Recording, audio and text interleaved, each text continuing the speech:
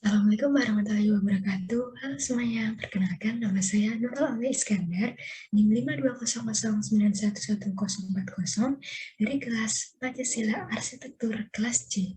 Di sini, saya akan menjelaskan kepada kalian semua tentang 5 kasus korupsi terbesar di Indonesia selama tahun 2000 hingga tahun 2022. Untuk yang pertama, di sini ada kasus Kota Waringin Timur, yang kedua ada kasus pengadaan EKTP, yang ketiga ada kasus pembangunan pusat olahraga Hambalang, yang ketiga ada kasus korupsi Jiwasraya, dan yang terakhir ada kasus korupsi Bank Senturi. Untuk yang pertama, saya akan menjelaskan kronologi kasus, yaitu Kota Waringin Timur. KPK resmi mengukuhkan Supian Hadi yang menjabat sebagai Bupati Kota Waringin Timur saat itu sebagai tersangka. Supian Hadi dijerat atas kasus korupsi penerbitan izin usaha pertambangan atau IUP di daerah tersebut. Kronologinya, Supian diduga menyalahgunakan wewenang dalam penerbitan izin usaha pertambangan kepada 3 perusahaan tersebut. Masing-masing perizinan itu diberikan pada tahun 2010 hingga tahun 2012. Diduga pemberian izin usaha pertambangan tersebut tidak sesuai dengan persyaratan dan melanggar regulasi. Terlepas dari jumlah kerugian negara, Supian kembali menambah panjang kepala daerah yang menjadi pesakitan di KPK. Padahal dia tengah menjalani periode keduanya sebagai orang nomor 1 di Kabupaten Kota Waringin Timur. Periode pertamanya yaitu 2010 hingga 2015. Berdasar informasi yang diperoleh, pada periode pertama setelah dilantik, Supian langsung mengangkat teman-teman dekatnya yang juga menjadi bagian dari tim suksesnya sebagai direktur dan direktur utama PT Fajar Mentaya Abadi. Kolega Supian itu mendapat masing-masing jatah saham perusahaan sebesar 5%. Perusahaan yang diduduki koleganya itu kemudian diberikan IUP seluas 1.671 hektar. Hal itu tertuang dalam SK IUP yang diterbitkan Supian pada Maret 2011. Izin itu keluar dari Supian meski dirinya mengetahui bahwa PT Fajar Mentaya Abadi belum memiliki sejumlah dokumen perizinan, di antaranya izin lingkungan atau analisis mengenai dampak lingkungan atau AMDAL. Alhasil, pada November 2011, PT Fajar Mentaya Abadi dapat melakukan kegiatan operasi produksi bauksit dan melakukan ekspor ke China. Pada November 2011, Gubernur Kalimantan Tengah Agustin Teras Narang melayangkan surat kepada Supian agar menghentikan seluruh kegiatan usaha pertambangan oleh PT Fajar Mentaya Abadi. Surat itu tidak diindahkan dan PT Fajar Mentaya Abadi tetap melakukan kegiatan pertambangan hingga tahun 2014. Selain itu, Supian juga diketahui memenuhi permohonan PT Bili Indonesia dengan penerbitan SKIUP eksplorasi pada Desember 2010. SKIUP itu diberikan tanpa melalui proses lelang wilayah izin pertambangan atau WIUP. PT Bili Indonesia juga diketahui tidak memiliki kuasa pertambangan. Pada April 2011, Supian juga menerbitkan SKIUP eksplorasi kepada PT Aris Iron Mining. Penerbitan IUP ini pun tanpa melalui proses lelang WIUP. Padahal, seperti halnya PT Bili Indonesia, PT Aries Iron Mining tidak memiliki kuasa pertambangan. Alhasil, PT Aries Iron Mining memiliki eksplorasi yang merusak lingkungan. Tak berhenti di situ. Pada Februari 2011, Supian menerbitkan SKIUP tentang persetujuan peningkatan izin usaha pertambangan eksplorasi menjadi izin perusahaan pertambangan operasi kepada PT Bili Indonesia. Penerbitan SKIUP itu tanpa kelengkapan dokumen AMDAL dari PT Bili Indonesia. Sehingga pada April 2011, Supian turut menerbitkan keputusan izin tentang izin lingkungan kegiatan usaha pertambangan biji bauksit dan keputusan tentang kelayakan lingkungan rencana kegiatan pertambangan biji bauksit oleh PT Bili Indonesia. Berdasarkan izin tersebut, PT Bili Indonesia melakukan ekspor bauksit. KPK pun membongkar permasalahan tersebut. KPK pun menetapkan Supian sebagai tersangka diduga menerima suap atas gratifikasi atas perizinan proyek tambang yang dia keluarkan. Atas izin yang dikeluarkan untuk 3 perusahaan berbeda itu, KPK juga menduga telah terjadi kerugian negara mencapai 5,8 triliun dan 711.000 US dollar. Atas perbuatannya tersebut, Supian dijerat dengan pasal 2 ayat 1 atau pasal 3 dalam Undang-Undang Nomor 31 Tahun 1999 sebagaimana telah diubah dengan Undang-Undang Nomor 20 Tahun 2001 tentang pemberantasan tipikor junto pasal 55 ayat 1 ke 1 KUHP. Kerugian itu dihitung dari eksplorasi hasil pertambangan bauksit, kerusakan lingkungan, dan kerugian kehutanan akibat produksi dan kegiatan pertambangan yang dilakukan oleh PT Fajar, FMA, PT Billy Indonesia, dan PT Aries Iron Mining. Selain itu, Supian diduga menerima mobil Toyota Land Cruiser senilai 710 juta rupiah, mobil Hummer H3 senilai 1,35 miliar, dan uang 500 juta rupiah dari penerbitan izin tersebut. Emerson Yunto, peneliti Indonesia Corruption Watch atau ICW, menyebut kasus korupsi ini menjadi kasus korupsi terbesar yang berhasil dibongkar oleh KPK.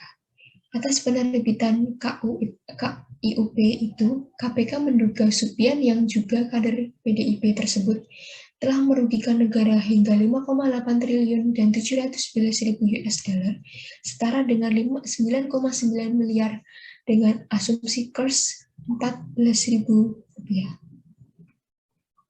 Kerugian negara itu mengalahkan kerugian negara pada kasus EKTP sebesar 2,3 triliun dan kasus SKL BLBI sebesar 4,58 triliun. Untuk kasus selanjutnya yaitu kasus pengadaan EKTP. EKTP merupakan kasus mega korupsi. Nampaknya pun sangat terasa langsung ke masyarakat. KPK sendiri menilai bahwa kasus pengadaan EKTP ini adalah kasus yang sangat serius karena melibatkan banyak sekali petinggi-petinggi negara. Kasus ini berawal dari Kemendagri di tahun 2009 untuk merencanakan mengajukan anggaran untuk penyelesaian Sistem Informasi Akademi Kependudukan atau SIAP. Salah satu komponennya adalah nomor induk kependudukan atau NIK. Pemerintah pun menargetkan pembuatan EKTP bisa selesai di tahun 2013. Proyek EKTP sendiri merupakan program nasional dalam rangka memperbaiki sistem data kependudukan di Indonesia. Lelang EKTP dimulai sejak tahun 2011 dan banyak bermasalah karena diindikasi banyak terjadi penggelembungan dana. Kasus proyek kartu tanda penduduk berbasis elektronik atau EKTP dengan tersangka Setia Novanto terbilang cukup panjang. Setia ditetapkan sebagai tersangka kasus dugaan korupsi EKTP oleh KPK pada tahun 2017. Namun, status tersangka atas dirinya tidak berlangsung lama. Pada 29 September 2017, status tersangka itu dibatalkan Hakim Pra-Peradilan Pengadilan Negara Jakarta Selatan, Cepi Iskandar, Setia Novanto, memenangkan sidang pra-peradilan dan putusan hakim menyatakan status tersangka atas dirinya tidak sah. Tidak selesai di sana, KPK melakukan penyelidikan baru untuk mengembangkan perkara EKTP. Dalam proses penyelidikan ini, hingga akhirnya menetapkan kembali Setia Novanto sebagai tersangka kasus korupsi EKTP pada 10 November 2017.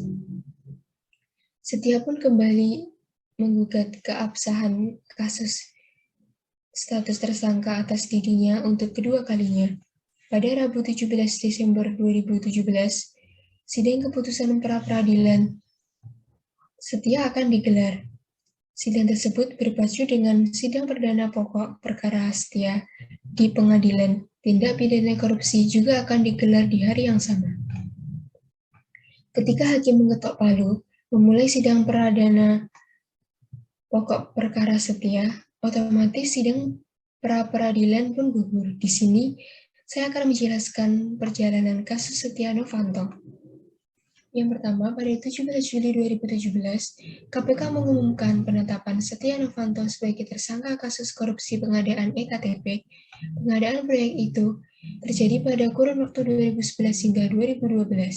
Saat Setia menjabat ketua fraksi Partai Golkar di DPR, ia diduga ikut mengatur anggaran proyek EKTP senilai 5,9 triliun agar disetujui oleh anggota DPR.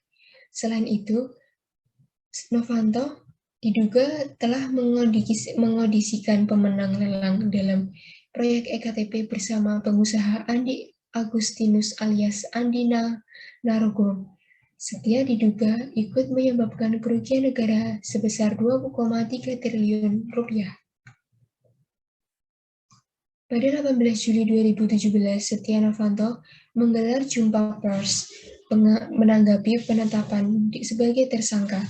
Setia mengaku akan mengikuti proses hukum yang berjalan, namun ia menolak mundur dari Ketua DPR ataupun Ketua Umum Partai Golkar.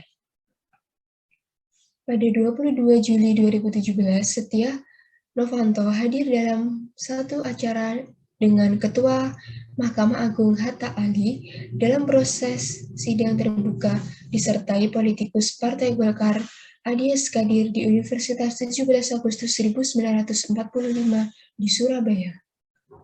Ketua Generasi Muda Partai Golkar Ahmad Doli Kurnia meyakini di kesempatan ini digunakan Setia Novanto untuk melobi Hatta Ali untuk memenangkannya.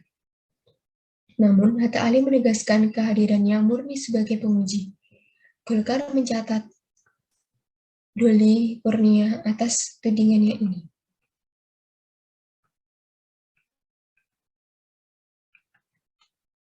KPK kembali memanggil Setia Novanto untuk diperiksa sebagai tersangka, namun lagi-lagi Setia tidak hadir dikarenakan sakit, bahkan hingga menjalani kateterisasi jantung di Rumah Sakit Premier Jatinegara, Jakarta Timur.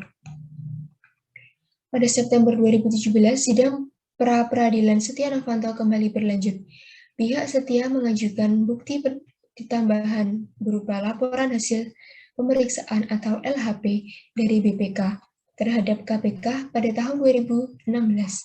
LHP itu terkait pengangkatan penyidik di KPK, namun KPK keberatan dengan bukti itu karena didapatkan pada pansus angket terhadap KPK di DPR.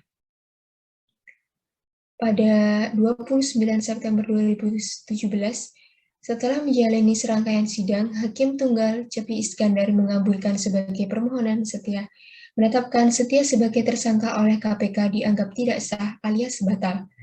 Hakim juga meminta KPK untuk menghentikan penyidikan terhadap Setia.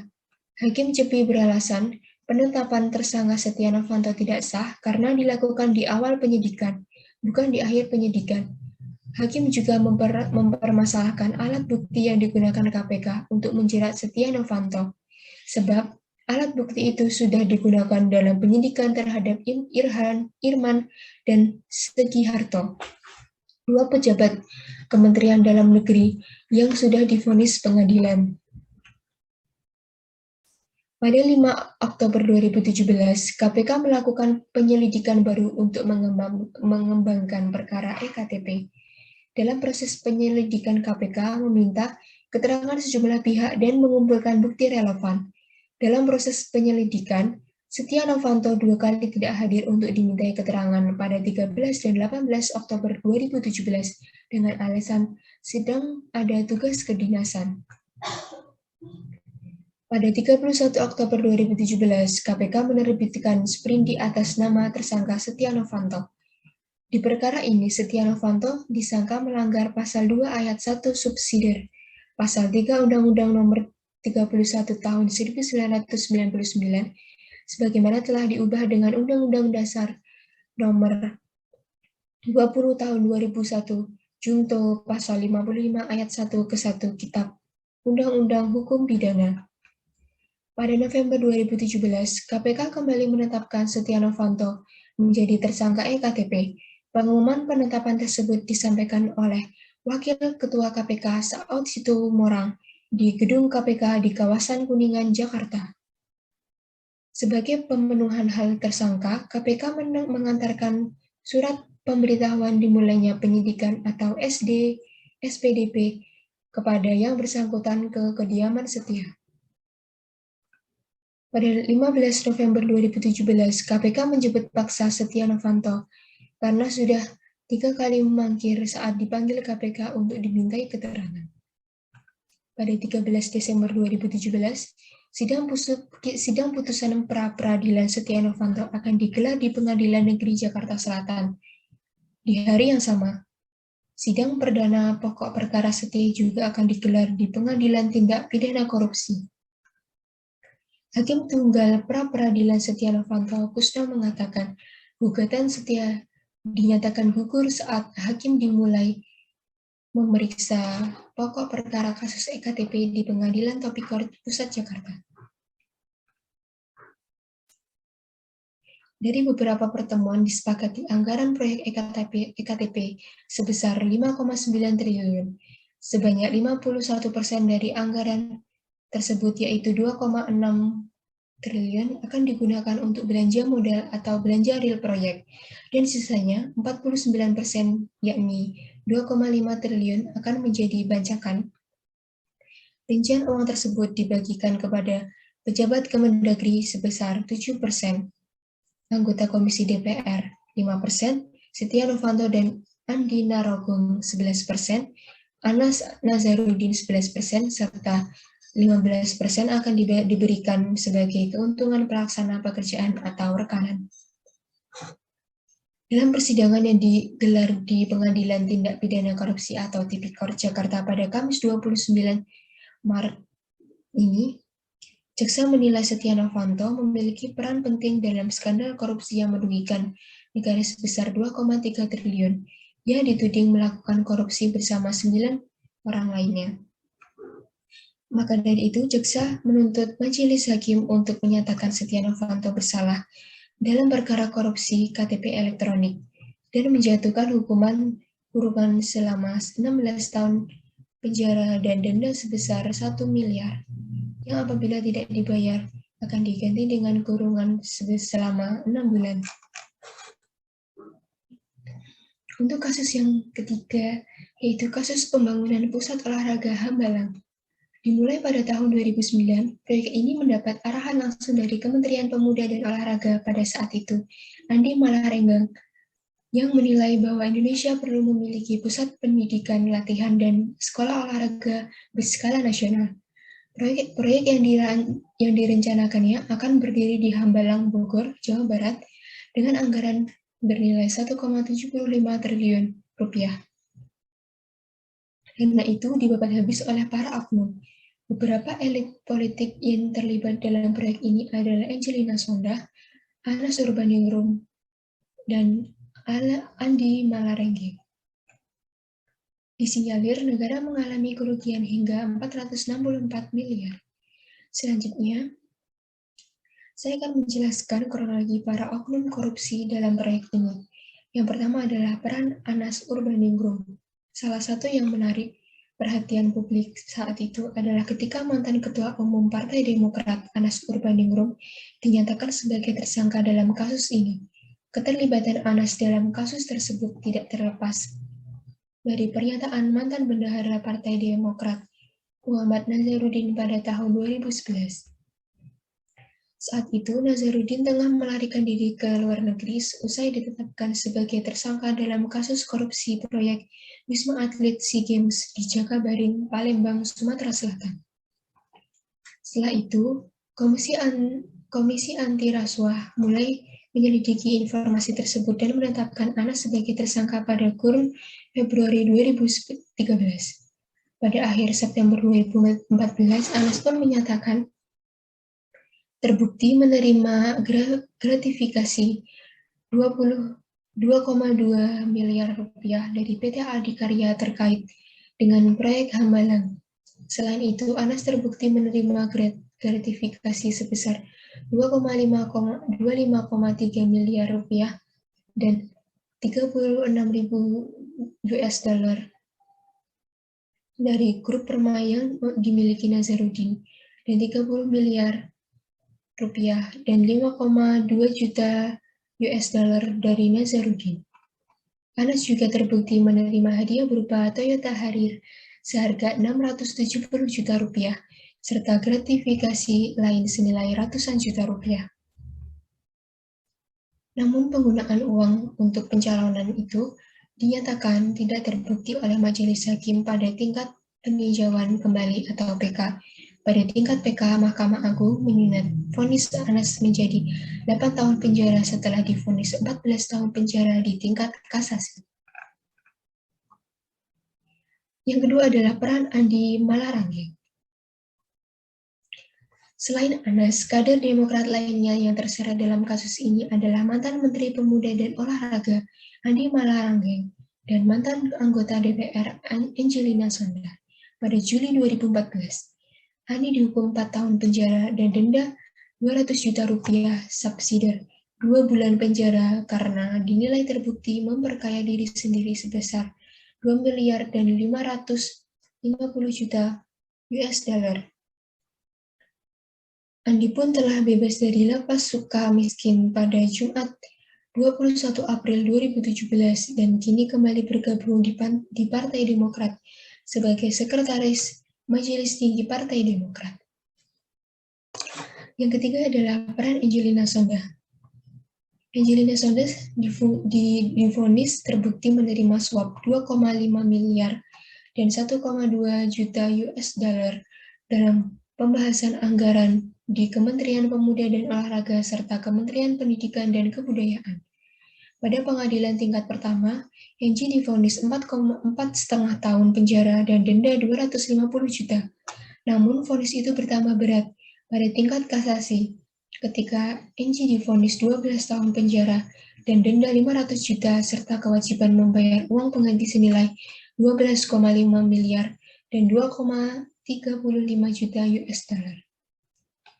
Belakangan, peninjauan kembali yang diajukan oleh Enji dikabulkan oleh hakim, sehingga ia divonis 10 tahun penjara dan denda 500 juta tanpa dibebankan uang pengganti. Untuk kasus yang selanjutnya, yaitu kasus Jiwasraya. Badan Pemeriksaan Keuangan BPK akhirnya menjabarkan secara rinci kronologi kasus yang membeli Jiwasraya hingga berakhir tak mampu membayar polis asuransi atau gagal bayar CS Saving Plan. Ketua BPK RI Agung Firman Sampurna menuturkan penyebab utama gagal bayarnya Jiwasraya adalah kesalahan pengelola investasi di dalam perusahaan. Jiwasraya kerap menaruh dana di saham-saham berkinerja buruk. Saham-saham yang berisiko ini mengakibatkan negatif spread dan menimbulkan tekanan likuiditas pada PT Asuransi Jiwasraya yang berujung pada gagal bayar. Ucap Agung di BPK RI, Jakarta, Rabu 8 Januari 2020. Kasus Jiwasraya disebut bermula pada tahun 2002. Saat itu, BUMN asuransi itu dikabarkan sudah mengalami kesulitan. Namun, berdasarkan catatan BPK, Jiwasraya telah membubuhkan laba semu sejak 2006. Alih-alih memperbaiki kinerja perusahaan dengan mempertimbangkan saham berkualitas, Jiwasraya justru menggelontarkan dana sponsor untuk klub sepak bola dunia Manchester City pada tahun 2014. Kemudian, pada tahun 2015, Jiwasraya meluncurkan produk CS Saving Plan dengan cost of fund yang sangat tinggi di atas bunga deposito dan obligasi. Sayangnya, dana tersebut kemudian diinvestasi pada instrumen saham dan reksadana yang berkualitas rendah. Pada 2017, Jiwasraya kembali memperoleh opini yang tidak wajar dalam laporan keuangan. Padahal saat ini Jiwasraya mampu membubuhkan laba sebesar 360,3 miliar rupiah. Opini tidak wajar itu diperoleh akibat adanya kekurangan pencadangan sebesar 7,7 triliun rupiah. Berlanjut ke tahun 2018, Jiwasraya akhirnya membukukan kerugian unaudited sebesar 15,3 triliun rupiah. Pada September 2019, kerugian menurun jadi 13,7 triliun. Kemudian pada November 2017, Jiwasraya mengalami negatif equity sebesar 27,2 triliun rupiah. Disebutkan sebelumnya, kerugian itu terutama terjadi karena Jiwasraya menjual produk saving plan dan cost of fund tinggi di atas bunga deposito dan obligasi. Apalagi, berdasarkan catatan BPK, produk saving plan merupakan produk yang memberikan kontribusi pendapatan tertinggi sejak tahun 2015. Pemeriksaan BPK, adapun dalam kurun waktu 2010 hingga 2019, BPK telah 2 kali melakukan pemeriksaan atas Jiwasraya, yaitu pemeriksaan dengan tujuan tertentu atau PDTT pada tahun 2016 dan pemeriksaan investigatif pendahuluan tahun 2018. Temuan tersebut mengungkapkan Jiwasraya kerap berinvestasi pada saham gorengan seperti TRIO, SUGI, dan LCGP. Lagi-lagi, investasi tak didukung oleh kajian usulan penempatan saham yang memadai.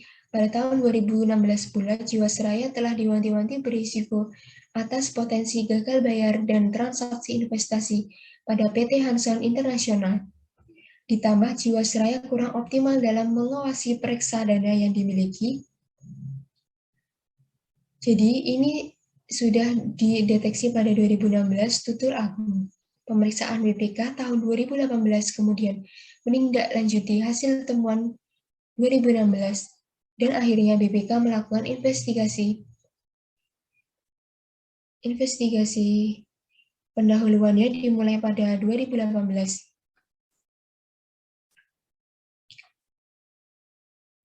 Pihak yang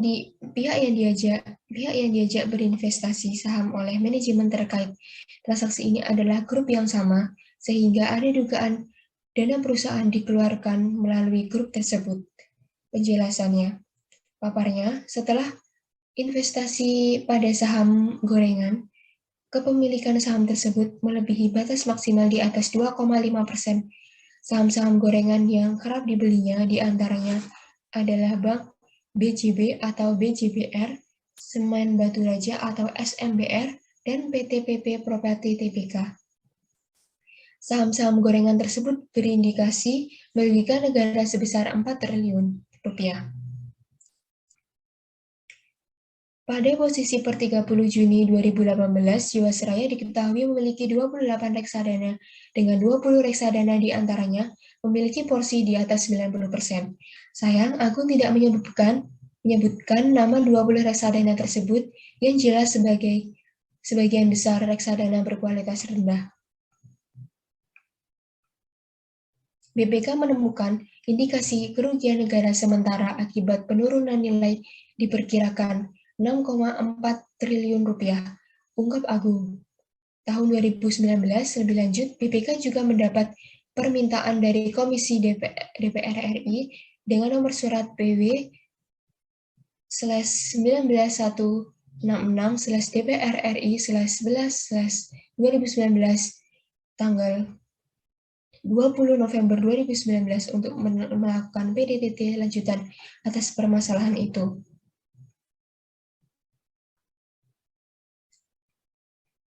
Kasus masih berlanjut. BPK pun saat ini tengah melanjutkan 2 pekerjaan, yaitu melakukan investigasi untuk memenuhi permintaan DPR dan menindaklanjuti hasil investigasi pendahuluan, sekaligus menghitung kerugian negara atas permintaan Kejagung. BPK dan Kejagung berjanji dalam kurun waktu 2 bulan pihaknya akan mengungkap pelaku dan terlibat institusi dan terlibat angka pasti kerugian negara.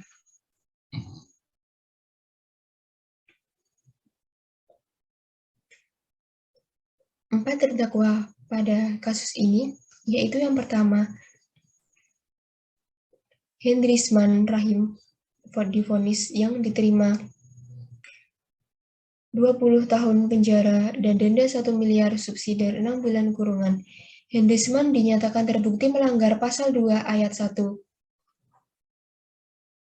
Pasal 18 UU Nomor 31 Tahun 1999, sebagaimana telah diubah dengan UU Nomor 20 Tahun 2001 tentang Pemberantasan Korupsi Ju Pasal 55 Ayat 1 ke 1 KUHP.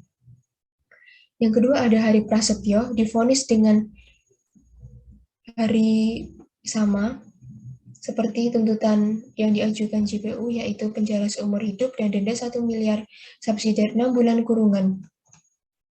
Hari dinyatakan terbukti melanggar Pasal 2 Ayat 1 Pasal 18 UU Nomor 31 Tahun 1999 sebagaimana telah diubah menjadi UU Nomor 20 Tahun 2001 tentang Pemberantasan Korupsi Ju pada Pasal 55 Ayat 1 ke 1 KUHP. Yang ketiga ada Heru Hidayat. Vonis yang diterima Heru sama dengan tuntutan yang diajukan JPU, yaitu penjara seumur hidup dan denda 5 miliar subsidi 1 tahun penjara. Heru dinyatakan bersalah melakukan korupsi yang merugikan keuangan negara sebesar 16,807 triliun rupiah, serta melakukan tindak pidana pencucian uang atau TPPU. Vonis tersebut berdasarkan dakwa pertama Pasal 2 Ayat 1 Ju Pasal 18 UU Tipikor Ju Pasal 55 Ayat 1 ke 1 KUHP dan dakwaan kedua dari Pasal 3 Ayat 1 huruf C UU tentang TPPU dan kedakwaan ketiga Pasal 3 UU Nomor 8 Tahun 2010 tentang pencegahan dan pemberantasan TPPU. Selain itu, hukuman penjara Heru juga diwajibkan membayar uang pengganti sebesar 10 miliar rupiah. Yang terakhir ada Beni Cokro Saputro. Sama seperti Heru, vonis ini dijatuhkan kepada Beni seperti tuntutan yang diajukan oleh JPU, yaitu penjara seumur hidup dan denda 5 miliar subsidi 1 tahun penjara. Selain itu, Beni juga dijatuhi pidana tambahan, yaitu dengan membayar uang pengganti sebesar 5 miliar. Vonis tersebut berdasarkan dakwaan yang pertama dari Pasal 2 Ayat 1 Ju Pasal 18 UU Nomor 31 Tahun 99, sebagaimana telah diubah dengan UU Nomor 20 Tahun 2001 tentang Pemberantasan Korupsi Ju Pasal 55 Ayat ke-1 KUHP, dan kedua Pasal 3 UU Nomor 8 Tahun 2010 tentang Pencegahan dan Pemberantasan TPUU. Untuk kasus korupsi yang terakhir, yaitu adalah Bank Senturi. Jaksa Penuntut Umum KPK menilai Bank Senturi ditetapkan menjadi bank gagal berdampak sistemik agar mendapatkan biaya penyelamatan senilai total 6,76 triliun rupiah dari lembaga peminjaman simpanan. Jaksa Antonius Budi Satria menyampaikan hal itu dalam sidang pembacaan dakwaan mantan Deputi Gubernur Bank Indonesia bidang 4 pengelolaan moneter dan devisa dan kantor perwakilan atau KPW Budi Mulya di Pengadilan Tipikor Jakarta Kamis. Terdakwa dalam perkara tersebut adalah mantan Deputi Gubernur Bank Indonesia bidang 4 pengelolaan moneter dan devisa dan kantor perwakilan atau KPW Budi Mulya. Budi dinyatakan terbukti melakukan korupsi terkait pemberian fasilitas pendanaan jangka pendek atau FPJP kepada Bank Senturi dan menetapkan Bank Senturi sebagai bank gagal berdampak sistemik. Hakim mengatakan bukti terbukti melanggar Pasal 2 Ayat 1 Ju Pasal 18 UU Tindak Pidana Korupsi Nomor 20 Tahun 2001 Ju Pasal 55 Ayat 1 ke 1 KUHP Ju Pasal 64 Ayat 1 KUHP sebagaimana dakwaan primer. Dalam pertimbangan yang memberatkan, perbuatan Budi dianggap telah merusak citra Bank Indonesia dan tidak memberi contoh yang baik sebagai pejabat Bank Indonesia. Selain itu, kerugian negara dalam kasus ini cukup besar, yaitu mencapai 7 triliun rupiah. Pada rapat DGI 20 November 2008, diketahui bahwa rasio kecukupan Bank Senturi menjadi negatif 3,5,3%, dan masih punya kewajiban jatuh tempo senilai total 859 miliar rupiah atau lebih besar dari nilai fasilitas pendanaan jangka pendek atau FPJP yang sudah dikucurkan Bank Indonesia senilai 689 miliar rupiah. Namun, ketika timbul kekhawatiran, KSSK tidak akan menyetujui usulan Bank Senturi sebagai bank gagal berdampak sistemik. Maka Budi Mulya dengan menyalahgunakan kewenangan dalam jabatan menyatakan tidak setuju dengan lampiran data yang disampaikan Halim Alamsyah dan meminta agar data milik Halim tidak dilampirkan. Permintaan Budi Mulya itu didukung Miranda Gautam karena hanya ada satu kriteria yang memiliki keterkaitan dampak sistemik pada Bank Senturi. Miranda pun meminta agar lampiran data Halim tidak dimasukkan karena nanti malah akan ramai. Siti Kalimah pun memperbaiki ringkasan eksekutif mengenai Bank Senturi dan membuat beberapa perubahan yang esensial. Pertama, Bank Senturi ditetapkan sebagai bank gagal dan diserahkan kepada LPS dengan pertimbangan bank belum melampaui jangka waktu pengawasan cukup khusus yaitu 6 bulan, namun kondisi bank menurun. Selanjutnya, dalam lampiran tentang analisis bank gagal, Sekretaris KSSK, Raden Pardede juga mengubah kalimat. Untuk mencapai KAR 8% dibutuhkan tambah modal sebesar 1,77 triliun rupiah diubah menjadi tambahan modal sebesar 632 miliar dengan tujuan agar disetujui oleh Kementerian Keuangan. Pada November 2008, sekitar pukul 23 waktu Indonesia Barat, kembali dilaksanakan rapat pra-KSSK yang dihadiri oleh sejumlah pemangku kepentingan seperti Sri Mulyani, Raden Pardede, Dewan Gubernur Bank Indonesia termasuk Budi Mulya. Dalam rapat itu, Ketua LPS Rujito, Fuad Rahmani, Anggito Abimanyu, Agus Murtowardojo menyatakan bahwa dalam keadaan normal seharusnya Bank Senturi tidak dikategorikan sebagai bank berdampak sistemik. Namun dalam rapat yang dilanjutkan hingga 21 November 2008, sekitar pukul 4.30 waktu Indonesia Barat yang dihadiri oleh Sri Mulyani, Budiono, Raden Pardede, serta konsultan hukum Arif Surwijojo, diputuskan Bank Senturi ditetapkan sebagai bank gagal berdampak sistemik. Selanjutnya, diputuskan untuk menghentikan seluruh pengurus Bank Senturi, baik komisaris dan direksi, dan mengangkat direksi baru yaitu Mariono sebagai Direktur Utama dan Ahmad Fajar sebagai Direktur dari Bank Mandiri melalui rapat Dewan Komisioner pada hari yang sama. Total penyertaan pemodalan sementara kepada Bank Senturi dari LPS sejak 24 November 2008 hingga 24 Juli 2009 adalah 6,76 triliun rupiah. Perbuatan tersebut memperkaya Budi sebesar 1 miliar rupiah. Pemegang saham PT Bank Senturi yaitu Hesam Talaat Muhammad, Besir Alwarok dan Rofat Ali Rizvi sebesar 3,115 triliun rupiah, Robert Tantular sebesar 2,7053 triliun rupiah, dan Bank Senturi sebesar 1,581 triliun rupiah. Serta merugikan keuangan negara dalam pemberian fasilitas pendanaan jangka pendek sebesar 683,39 miliar rupiah dan 6,76 triliun rupiah karena menetapkan Bank Senturi sebagai bank gagal berdampak sistemik. Jaksa KPK mendakwa Budi Mulya dengan dakwaan primer dari pasal 2 ayat 1 pasal 18 UU nomor 31 tahun 1999 sebagaimana diubah dengan UU nomor 20 tahun 2001 tentang pemberantasan tindak pidana korupsi pasal 55 1 ayat ke-1 pasal 64 1 KUHP dan dakwaan subsidiar dari pasal 3 pasal 18 UU nomor 31 tahun 1999 sebagaimana diubah dengan UU nomor 20 tahun 2001 tentang pemberantasan tindak pidana korupsi pasal 55 ayat 1 ke-1 pasal 64 ayat 1 KUHP. Ancaman pelaku yang terbukti melanggar pasal tersebut adalah pidana penjara maksimal 20 tahun denda paling banyak 1 miliar rupiah. Setelah mengetahui berbagai kasus korupsi di Indonesia, kini kita beralih membahas tentang peranan Pancasila dalam meminimalisir tindakan korupsi.